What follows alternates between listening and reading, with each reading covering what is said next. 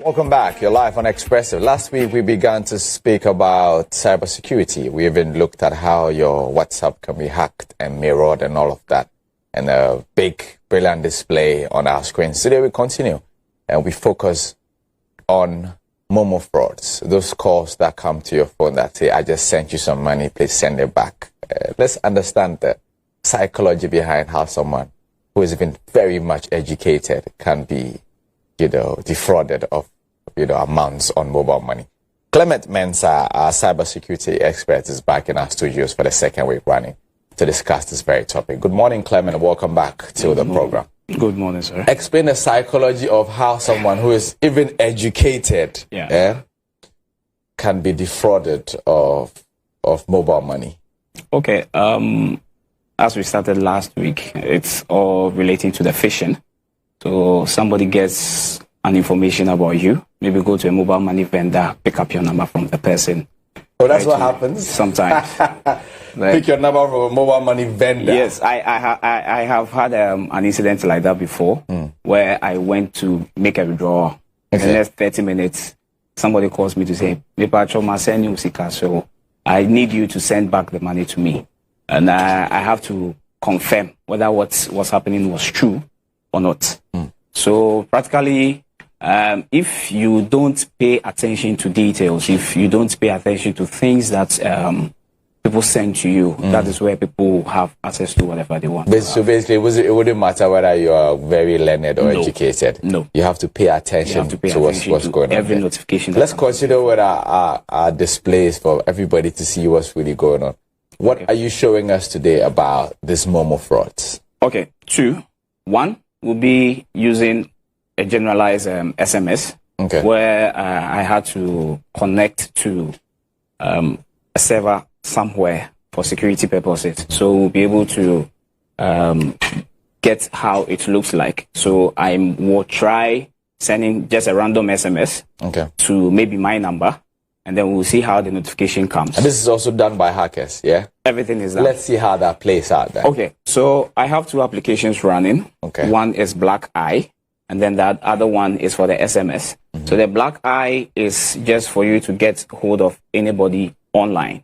So like anybody at all? Anybody. No real specific targeting? No. Anybody. So all the social media platforms, Instagram, Facebook, Snapchat, whatever, you get those informations there. And then we have the SMS. So for me to check on the SMS, I have an application running, which here, you just have to follow the prompt that goes on.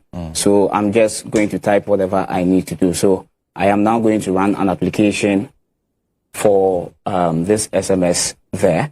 So as it has started, it's asking for the country where I want to put this SMS to. So basically, this can break geographical boundaries, really. Yes. We can do this to someone in America. That is it. Oh, my God. Okay. So enter country code. I put in Ghana code is 233, and I put enter. It's asking for the number.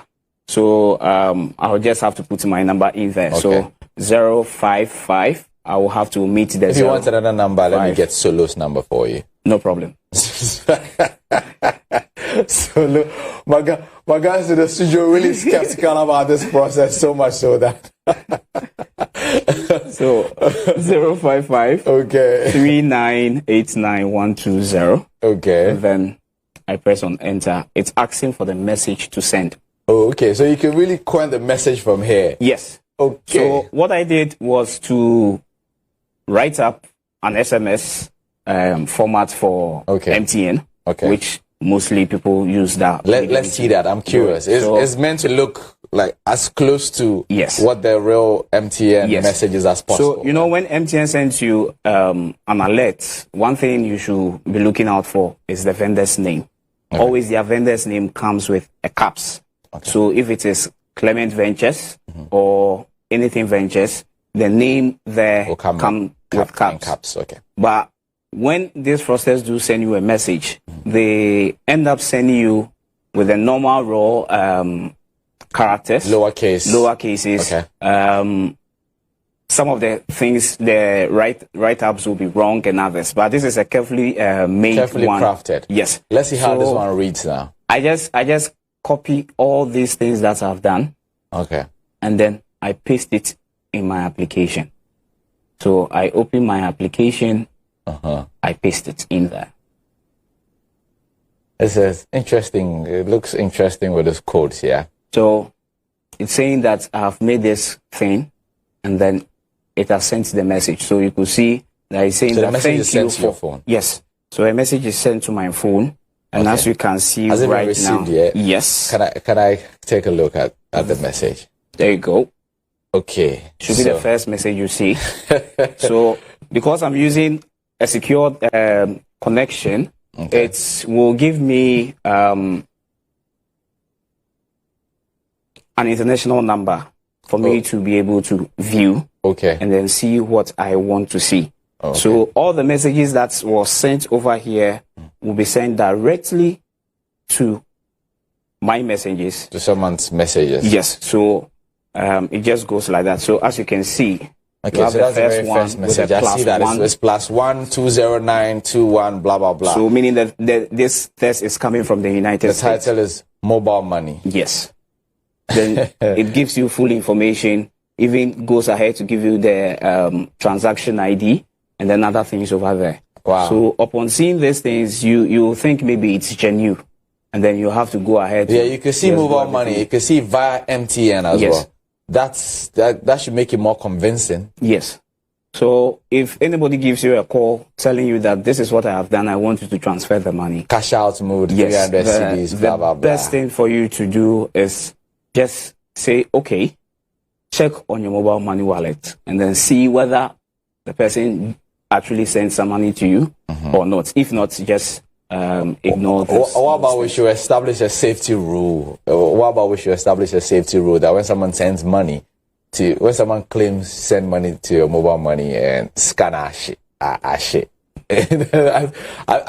think that should be it, because this is how they get people. Let's say someone really mistakenly sends money to your account, just consider it, you know. Some are actually genuine. Yes. So that's for the SMS side. Okay. And then when we want to get hold, like last week somebody said her Facebook account was hacked. This is what happened. So this black eye has all the social media handles. So maybe I'll pick one professional site because I want to target a professional person. So when I come here, I choose on the application I want to pick up, which is the LinkedIn. And it is giving me you can even send to LinkedIn, all of that. Every platform.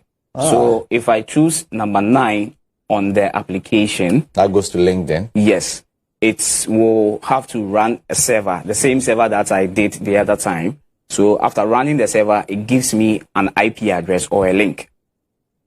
Now I know a friend, or I want to get an information from somebody. I needed the person's username and the person's password. I can't just go straight forward to tell the person I need those information. What I do is I will have to social engineer you, maybe follow you up, stand by your side to see if maybe I can get an information, all those things, the passive side and then the active side. So if I don't want any information about that, there is an application called Social Engineering Toolkit, which will allow me to send a message as if it's coming from LinkedIn directly, telling you that you need to change your password, or there is this promotion coming up, or whatever. Then you'll be able to do it. So as I've given the information over here, I just copy this. Since we are all having everything here, I copy the link, open any browser I have on my machine, and then try pasting that same link over there. If I paste the link, it will take me straight to a LinkedIn platform trying to ask me to put in my credentials.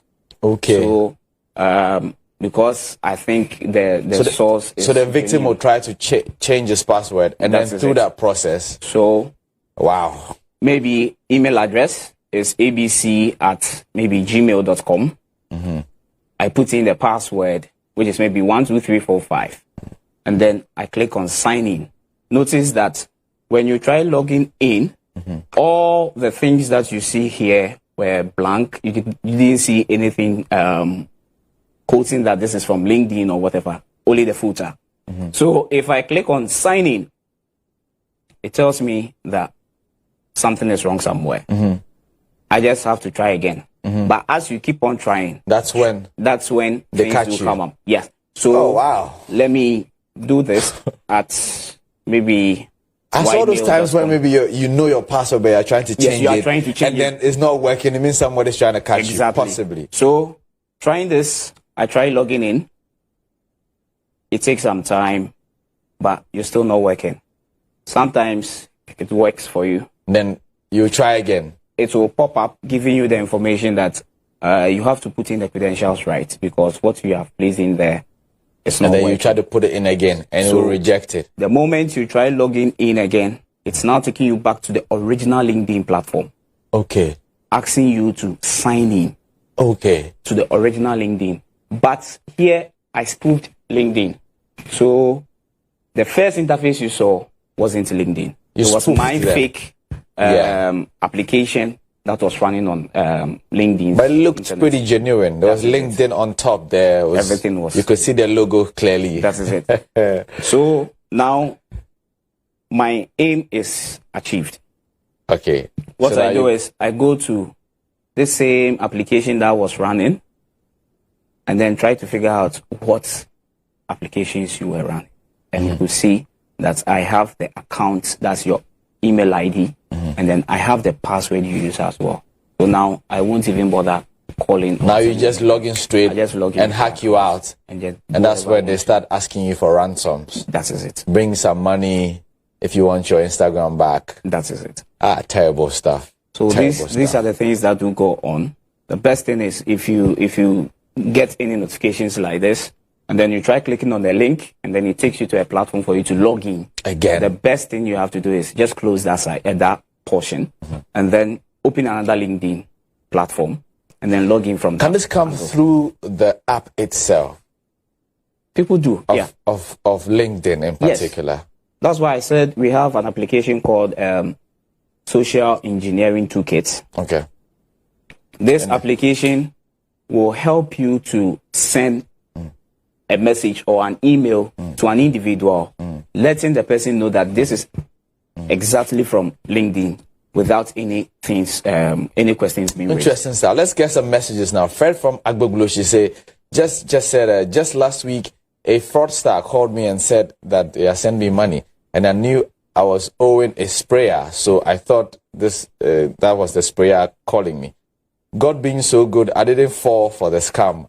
But most of the Momo fraud, from what I have heard, is done by the prison mates. Prison mates? That's what I heard. I saw what about the anchor for. I saw what these prison mates are the anchor for correctional center. I hope not. Frida from Frida Ejiri says, I've been a victim of Momo fraud. We have some fake people in this world who are the most annoying part is some of the TV stations have agreed with them to make this look real. Oh, really? TV stations? Why would TV stations agree with criminals like that? I don't know whether TV stations agree to make criminals look legitimate. But whatever TV station that's doing that, that's definitely not us. And let us know their names. We'll be very happy to. Nana Ikwa says, I got a call that I was mistakenly sent some money. But if I don't send it back, my Momo will be blocked. So this predicates on urgency, I believe. Yeah. I think it sounds like the urgency is where you get caught. Yes. Because when you get a message like that, just ignore it.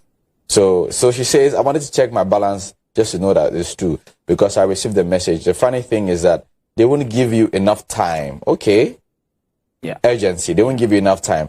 Then they will call you again a few minutes later to get you scared. And I called myself to find out whether the number was blocked. I was told that it wasn't, and it was a fraud. So I encourage everyone to report it. Now, when you get this calls again, when I got this call again, I gave it to my friend. So she blasted them. Then I realized that their spellings on the text were wrong. Yeah. Mistakes. I also, it was also not a number from MTN, and I almost fell for it. Okay, this is very revealing message here. The urgency. Yeah. They call you again. And they say, oh, they threaten you also. Your Momo will be blocked if you don't send it back. Interesting stuff this morning. So we just saw how Momo fraud happens. Yeah. So you mean these guys, wherever they are, have access to a lot of the software enough to try to bait you into sending them money? The thing is, it's an open source. Anybody can just go pick whatever they want and modify and use it. Okay. And being on the offensive side, you're always trying to attack people and then get the information. You need to be creative. So with that creativity, as a defender, you need to bypass what they have. So you have to learn what they do and how to bypass whatever. Okay, quickly, what are the signs to look out for? Okay. As I stated earlier, one, you should check on the spellings. Spellings is important. It's very important. These thieves, their grammar is not right. So you have to check that. You have to check on their spelling. You have to check on the source where you are getting it from. Some are not smart enough. They use somebody's number to send you the text, letting you know that this is from a vendor who had mistakenly sent the money to you. So you have to look at that. And when you get such messages, just ignore. You can choose to report the case. And then I don't know if MTN will just pick it up from there. Something will be done about it. Well, thank you, Clement, again this week You're welcome. For the insights you give us. Well, here's my advice when it comes to Momo fraud. If someone sends you money, just take it as a gift. Just take your sweet time. In case you are thinking about returning the money, just please take your sweet time. We have learned today that all this predicates on urgency, number one. They force you, they call you again. Say, oh, I sent you money, send it back. And you also have to take a look at these messages. Apparently, a common denominator in all of these messages is bad grammar and bad spellings. Yeah. These thieves, wherever they are, they can compose a good grammatical, tense. So you should look out for that. That's if at least you speak good English, you can look at the writings that are sent to you just to know.